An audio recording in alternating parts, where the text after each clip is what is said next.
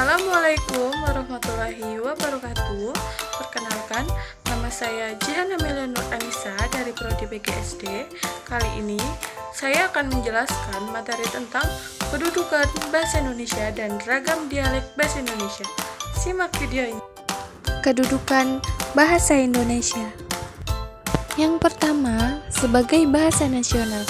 Kedudukan bahasa Indonesia sebagai bahasa nasional adalah sebagai lambang kebangsaan nasional, lambang identitas nasional, alat pemersatu berbagai suku bangsa dan budaya, serta alat perhubungan antar daerah dan antar budaya. Bahasa ini lahir dari Ikrar Sumpah Pemuda 1928 dan menjadi pemersatu bangsa di tengah keberagaman suku dan budaya Indonesia. Ada pula fungsi sebagai bahasa nasional. Yang pertama, sebagai lambang kebanggaan nasional. Bangsa Indonesia mencerminkan nilai-nilai luhur dan jati diri bangsa Indonesia. Yang kedua, sebagai lambang identitas nasional, menandai dan membedakan Indonesia dari negara lain, di mana identitas ini mampu menyatukan masyarakat dari berbagai latar belakang etnis, ras, dan agama. Yang ketiga, sebagai alat pemersatu bangsa, memungkinkan masyarakat yang memiliki suku, adat, dan budaya berbeda untuk berkomunikasi dan bersatu dalam kesatuan, yaitu bangsa Indonesia. Yang keempat, sebagai alat perhubungan antar daerah dan antar budaya, menjadi jembatan komunikasi antar berbagai daerah dan budaya, memfasilitasi interaksi dan pertukaran pengetahuan serta pengalaman lintas budaya.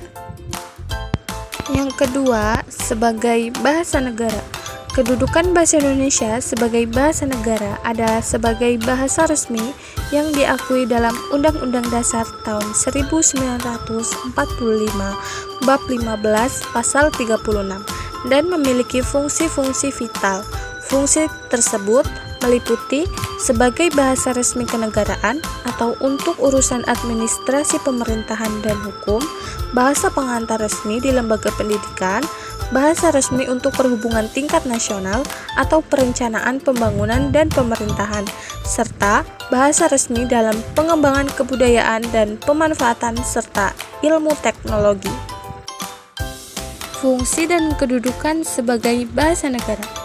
Yang pertama, sebagai bahasa resmi kenegaraan, digunakan dalam segala kegiatan resmi negara seperti saat sidang-sidang di lembaga pemerintahan, pembuatan undang-undang, peraturan, dan dokumen resmi negara lainnya.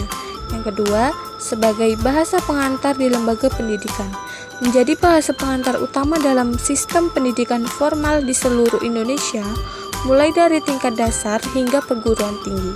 Yang ketiga, bahasa resmi dalam perhubungan tingkat nasional, digunakan sebagai alat komunikasi untuk perencanaan, pelaksanaan pembangunan, dan urusan pemerintahan di tingkat nasional. Yang keempat, bahasa resmi dalam pengembangan ilmu pengetahuan dan teknologi, menjadi sarana untuk mengembangkan kebudayaan dan memanfaatkan ilmu pengetahuan serta teknologi modern agar dapat diakses oleh seluruh masyarakat. Yang kelima, sebagai bahasa resmi dalam diplomatik, digunakan dalam hubungan diplomatik dengan negara lain. Nah, itu dia penjelasan tentang materi kedudukan bahasa Indonesia sebagai bahasa nasional dan bahasa negara. Selanjutnya, kita ke materi yang kedua. Simak videonya. Materi yang kedua tentang ragam dialek bahasa Indonesia. Yang pertama, dialek regional. Definisinya, variasi bahasa yang digunakan di wilayah geografis tertentu. Penyebabnya, perbedaan kondisi geografis yang memisahkan daerah satu sama yang lain. Contohnya, bahasa Melayu dialek Jakarta, bahasa Melayu dialek Medan, bahasa Jawa dialek Surabaya, dan dialek Yogyakarta. Yang kedua, dialek sosial. Definisinya, variasi bahasa yang digunakan oleh kelompok sosial tertentu dalam masyarakat. Penyebabnya, perbedaan status sosial, pendidikan, usia, atau kelompok lainnya. Contohnya, dialek remaja, dialek wanita, dialek akademisi, Dialek Betawi atau merupakan gabungan dari aspek sosial dan regional. Yang ketiga, dialek temporal. Definisinya, variasi bahasa yang berbeda karena perbedaan waktu penggunaan. Penyebabnya, perubahan bahasa dari masa ke masa peristiwa sejarah. Contohnya, dialek Melayu zaman Sriwijaya, dialek Melayu zaman Abdullah. Yang keempat, idiolek. Definisinya, ciri atau gaya bahasa yang khas pada setiap individu, baik dalam lafal, tata bahasa, maupun pilihan kata.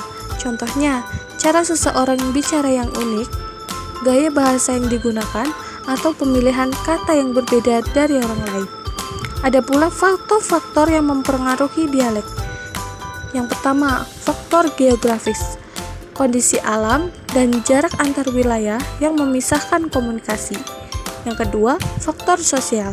Interaksi dalam kelompok sosial seperti usia, pendidikan, dan kelas sosial. Yang ketiga, faktor historis. Peristiwa sejarah seperti migrasi dan penjajahan.